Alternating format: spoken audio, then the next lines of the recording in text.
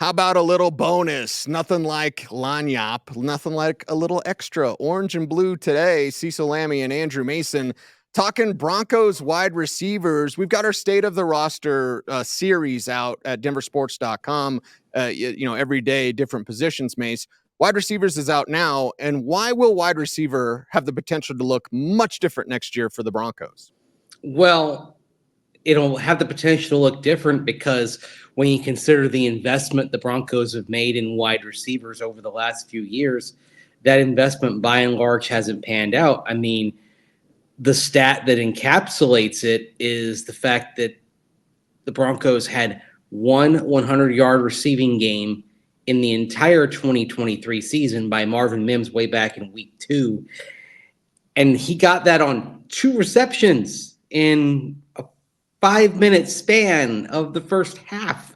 And that was it. And when you consider what the Broncos have done at wide receiver in terms of day 1 and day 2 draft capital, going all the way back to Carlos Henderson on day 2 of the draft, round 3 in 2017, up through Marvin Mims, day 2 of the draft, round 2 this past year, the Broncos just aren't getting much juice for the draft squeeze that they've been putting in. So I think you have to revisit the entire receiving core and say, okay, do we need to reset this for the most part? Yeah, and I think they will, and that's where the conversation leads to Courtland Sutton. Simply put, and you and I both love Sutton, is even here in 2024. The interesting thing on Sutton is that he actually has a trade value that isn't exceptionally high, but it's higher than it has been. And so if you follow the maxim of trading a player at their peak value, similar to what the Broncos did with Bradley Chubb back in 2022, the time to trade Courtland Sutton is coming off of a 10-touchdown season, even though he didn't have a 1,000-yard campaign. I don't know that you're looking at getting a lot for Courtland Sutton. I mean, I think best case scenario, probably late 3rd round pick. I don't think early 3rd round pick. I think late 3rd round. But you might be wise to take a deal that you can get, especially when you're looking at a situation where you're going to have to be very conscious of the salary cap and make some prudent moves to create some space there as you account for Russell Wilson's dead money. Yeah, that'll be big in what the Broncos do. And just getting more draft capital, more arrows in the quiver, more darts for the dartboard. That's why Sutton unlikely to be here. I know fans may want Jerry Jeudy traded, but as you and I have said on this show a million times, like Sean Payton loves him. And where Sutton, I believe, will be traded, Mace, as much as fans may want Jeudy traded, I just don't think he is. I think he's going to be the number 1 receiver next year. I think he's going to be force-fed the ball. I said it on Coffee Break last week. Wouldn't surprise me if he finally had a 1,000-yard season next year. Well, if you've got the rhythm and timing passer working as opposed to what you had this past season with Russell Wilson, it would seem to favor Jerry Jeudy. We got that glimpse in Week 18. Week 17, the timing wasn't there with Jarrett Stidham. Week 18, it was. He looked like a potential wide receiver 1 in that game. And yeah, I mean, we've seen the sparks from time to time. I mean, how much did we talk about the way he surged at the end of the 2022 season and saying, okay, this is why the Broncos picked the 5th-year option up on him. This is going to lead to some results that never did come until maybe that last game there against the Raiders earlier this month. So, but an important thing is you mentioned Sean Payton. You see the way Sean Payton coaches Jerry Jeudy. It's very active. It's very engaged. It's the kind of thing that you get when a teacher really believes in a student. Right. And that student's potential. It's part of why I think the Broncos were very reluctant to trade Jerry Jeudy when the offers came in the last offseason, and why, unless their socks are knocked off, they might be reluctant to trade him this coming offseason as well. And also the other thing is, unlike Courtland Sutton, you wouldn't be trading Jerry Jeudy at a high point in terms of his value, right? So maybe you just turn the page and see where this goes. He's playing on the 5th-year option. It's reasonable in terms of the contract the Broncos are giving him. It's not something that's terribly onerous. Yeah, it's not something that's going to, take you out of the picture. Your salary cap's already going to be enough of a problem. Jerry Jeudy's cap number is not a problem for the Broncos. And you know this as a professor, Mace. Teachers are going to want their favorite students to look good. Sean Payton, yeah, I know. He's got an ego, everybody. Great. Yeah, awesome. Good. But you know what he's going to do? He's going to love up Jerry Jeudy. He's going to make Jerry Jeudy look good. And if the timing-based offense is there, that's where he could shock and surprise. And maybe we're talking about a contract extension for Jerry Jeudy this next year. Maybe. It would be interesting to see where that came in. I mean, you're not going to want to do it until during the season. However, let's say he gets off to a good start. Do you extend him that year in the middle of the 2024 season and get yourself not a huge amount, but let's say you did an extension at midseason, you could get a little bit of relief on the back half of Jerry Jeudy's 1 year number. By the way, his salary for 2024 is $12.987 million. Let's say he gets off to a fast start and you want to get him re-signed. I mean, you could probably say you got $6.5 million left on his 2024 deal. You could maybe get a little relief on that and bring in a reinforcement, perhaps, if you're trying to upgrade the roster, like the kind of move that we see, for example, Detroit making in the playoffs, bringing Zach Ertz onto their practice squad with the hope that, okay, you can get him ready and maybe he's a secret weapon when you go into the NFC Championship game this coming Sunday. So you create a little more flexibility there in a situation where you might not have flexibility. But again, that only comes into play if Jerry Jeudy gets off to the kind of start that makes you say, yes, this is our answer at wide receiver 1, and we really don't know that at this point. Yeah, and I like that you use the term flexibility because the Lions had Brock Wright go down in that game against the Buccaneers. He's the backup to Sam Laporta. Hey, Zach Ertz is right there. The Broncos need to be ready in case some of their guys that have been banged up get banged up, which leads us into we love Tim Patrick. God bless him. Haven't seen him in 2 years. I don't know. He's got to rework that number, Mace, and we can go over the contract of one Tim Patrick. But is it a restructure and stay? Is it an absolute cut and get out of him? I think there's $6 million in dead money. That's top of my head, Mace, so please correct me if I'm wrong. But like the Tim Patrick thing, it's like we know the talent's there. We also know dating back to his college days at Utah, he's been hurt all the time. Yeah, that's the thing. And injuries were a big part of the reason why he went undrafted to begin with. I mean, the talent on Tim Patrick, the film on Tim Patrick at Utah dictated he should have been drafted. The injuries swung him into the undrafted pool, right? So to go over the details real quick on Tim Patrick, his cap number is $15.572 million. Base salary of $9.5 million. So you would have a dead money of $6.072 million, save $9.5 million if you cut him. And it's the same pre or post June 1 because he's coming into the final year of his deal. So there's not a June 1 designation that can make a difference here. But this is where you start talking about a restructure, perhaps. Now, to do that, you'd have to add a year or two to it, and maybe you're adding it in the form of voidable years. Right. But what you could do maybe for Tim Patrick, because obviously it's a cap issue. The cash, the signing bonus has been taken care of, but his base salary of $9.5 million is not guaranteed. So anything guaranteed that you give him in a restructure that adds a year is guaranteed money that he does not have, right?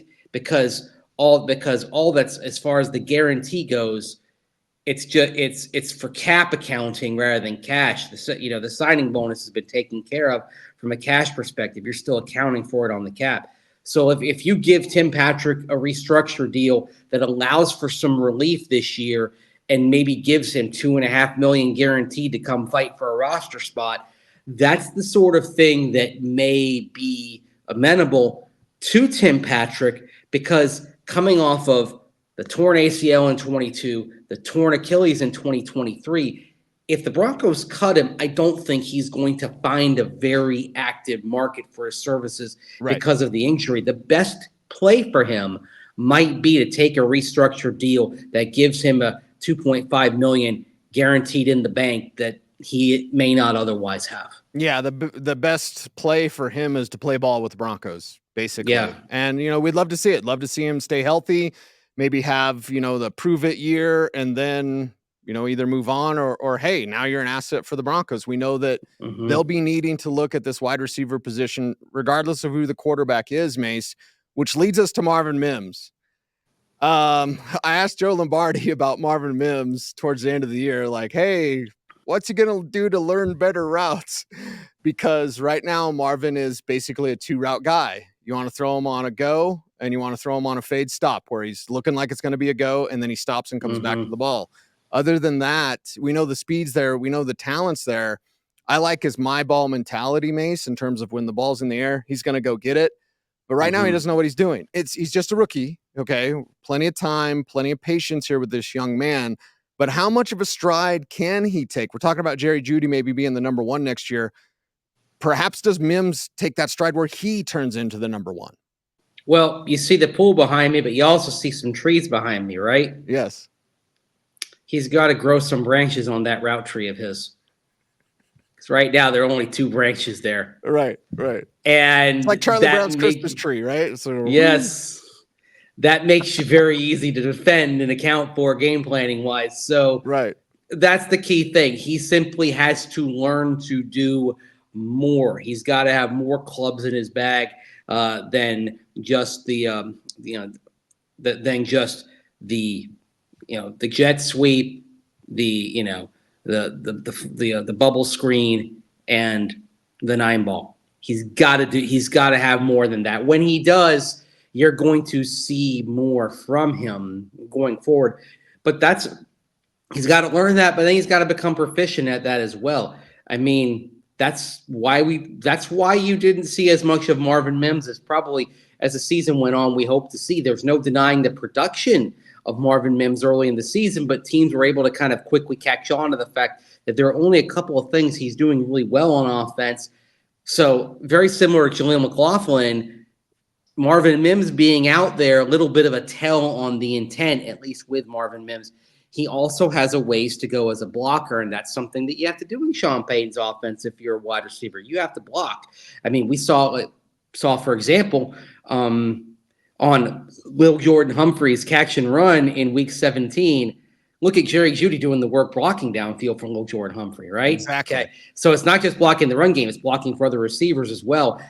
I'm not sure Jerry Jeudy would have done that nearly as well as a rookie as he did there at the end of his 4th season. It's taken some time, but that's the sort of thing that if you're going to play receiver in this offense, you've got to do. You got to be able to block and help your teammates out. Yeah, you got to be able to do that. It's not just about your glory. It's about helping your teammates, and that's where Jerry Jeudy's bought in, man. You mentioned that play. Like, just watch Jeudy on that play. For all the fans that can't stand him, he's bought in with Sean Payton. Sean Payton loves him. That's a conversation we'll continue to have. Mace, as we look at the roster breakdown, again, denversports.com, watch our roster in review section and series with Andrew Mason and Cecil Lammey. That's me going third person on you, Mace. I was going to say, you're third person. What's up with that, man? Yeah, I mean, but at least you're not third person nickname. See, if I refer to myself as Mace, say Mace thinks that's third person nickname. That's kind of going on another level, right? That's like isn't that how like Deion Sanders talks about himself sometimes? Right. Like he refers to himself as Prime. Hey, Prime thinks this.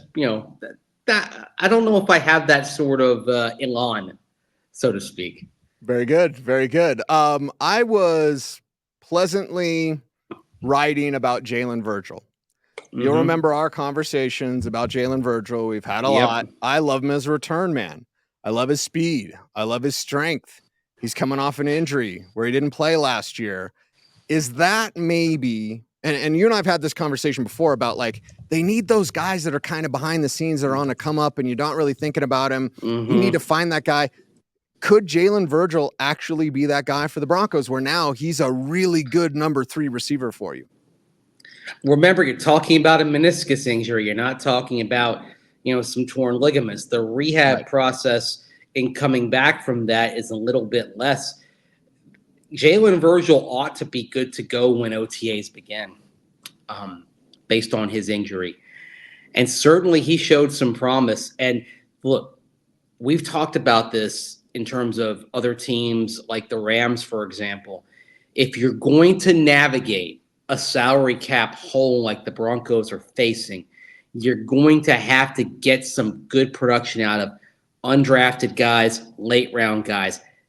That's why the Rams were able to get back to the playoffs this year, was getting that cut, that, Puka Nacua, 5th-round pick, turning into one of the best receivers in football.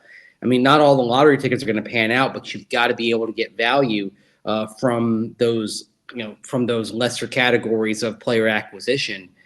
Jalen Virgil could be that. And the interesting thing on Virgil, Cease, is one of two things could happen. Perhaps he could take a little bit of pressure off Marvin Mims Jr. if Mims evolves as a pass catcher and take on some of the special teams responsibilities. Or the other thing is that if Mims doesn't blossom on offense and remains mostly a jet sweep, screen pass or pass in the flat and take off / 9-ball guy, then does Jalen Virgil become more of an all-round player? I mean, it's too early to kind of project that, and it's not something you can necessarily rely on in terms of making your plans, but it's something that maybe if you're the Broncos, you kind of go into this offseason perhaps wide open to say, all right, somebody step up here. Brandon Johnson, can you step up? Lil Jordan Humphrey, can you step up? Jalen Virgil, can you step up? Marvin Mims Jr., can you step up? It's going to be hard to maybe ascertain the depth chart and project it going into the season, because I think they're going to use those OTAs and even the first weeks of training camp to figure out what the role for some of these players is going to be. Right. And I like the upside that they have with a Virgil. And you mentioned with Brandon Johnson. I mean, he could be a number one. It may sound incredulous to those out there, but like, he's got the body control. Again, my ball mentality. He's got some speed to his game. He's just got to stay healthy. So it's like, you kind of want to make some upgrades. You can't really, because they're not going to spend in free agency on wide receiver. Maybe they draft the receiver late, whatever. But it's like, maybe some of those other guys, they did sign some future deals. Bandy's on a futures deal. I think Philip Dorsett on a futures deal as well. Lil Jordan Humphrey's always one of those guys you can bring back, and just be like, hey, here you go in August or whatever. But it's like, maybe the answer is actually here. Maybe it is Brandon Johnson. Maybe it is Jalen Virgil. I like that they have some options. It is a bit nerve-wracking, though, Mace, because they're not proven in any capacity. Yeah, and that's the thing. This is maybe something we're all going to have to adjust to this year in terms of analyzing the Broncos. You can't rely on certain things. Like, you can't rely specifically, for example, on Greg Dulcich being tight end one, being healthy enough to be tight end one. You can't rely on that. But you can have multiple possibilities. You can say, okay, let's assume Jerry Jeudy is wide receiver one. Who is wide receiver two?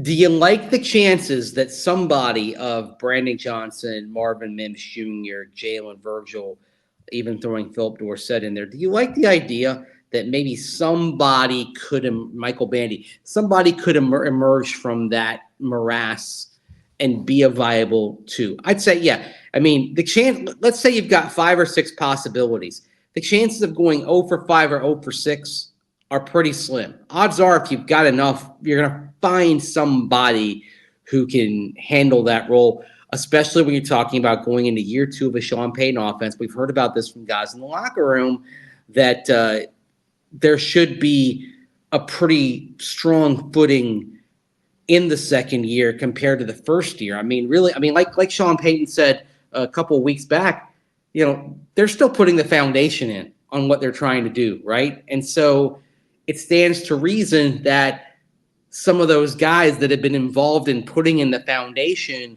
are going to be of greater value than maybe somebody that you could bring in from the outside to try and figure things out going forward. Yeah, we'll see if they can figure it out. And always have the radar up for some late round receivers. Mason and I will be at the Shrine game coming up over the weekend, and next week at the Senior Bowl as well. And I don't know about you, Mace, but I get a special tingle in my heart when I watch Romeo Doubs or Khalil Shakir, 2 of our favorites from down there in Mobile, of course, starring for Buffalo and Green Bay respectively. But it's like, man, if you could find that Puka Nacua Senior Bowl, if you could find that Khalil Shakir, that Romeo Doubs, like, they're out there. You just got to get them. And you know what? The thing is, this is part of why I tend not to worry too much about wide receiver, is that I've said it before, I'll say it again. It's one position that college football is not having any trouble producing talent of a pro level. You can find players. I mean, frankly, that is the argument against picking wide receiver in the first round or even the second round, unless it's somebody very special. Marvin Harrison Jr. out of Ohio State's going to go high. He's a special talent, no doubt. Beyond Marvin Harrison Jr., I'm not sure I want the Broncos putting a lot of draft capital into the wide receiver position. And frankly, the last several years of drafts, Carlos Henderson, round 3, 2017, Courtland Sutton, round 2, 2018, Deshaun Hamilton, round 4 in 2018, Noah Fant, tight end, pass catcher, 2019, first round, Jerry Jeudy, wide receiver, 2020, first round, KJ Hamler, wide receiver, 2020, first round. I mean, you look at what the Broncos invested in wide receiver in those drafts and how little they've actually gotten back in terms of production. And then if you want to throw tight end in again, you talk about Greg Dulcich in round 3 in 2022, up to Mims as a rookie last year in 2023.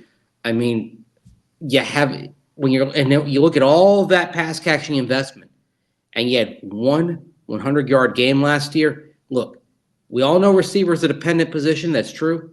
But when you only have one 100-yard game from all that talent, that's not all on the quarterback, because you can go down the list and look at a lot of teams that had lesser quarterback play than the Broncos did, and they're getting at least 400 or 500-yard games than the pass catchers they have, something the Broncos couldn't do. So some of this has to go at the feet of the wide receiver position and also the tight end position as well. Get ready for some bonus orange and blue today, just like you get today, because Mason and I are going to be on the road. We're going to have a lot to say about these prospects, and of course, as always, about your Denver Broncos. So as we grow our YouTube channel, you know what you can do? You can help us out. Like, comment, share, subscribe, hit the notification bell so that you never miss a vid. There you go. Don't do it. Help us out. We need your help. We appreciate all the support out there, because OBT is a BFD. He's Andrew Mason. Mace is on the case at Mace Denver on all the socials. I'm at Cecil Lammey saying thanks for watching. Stay tuned and stay frosty.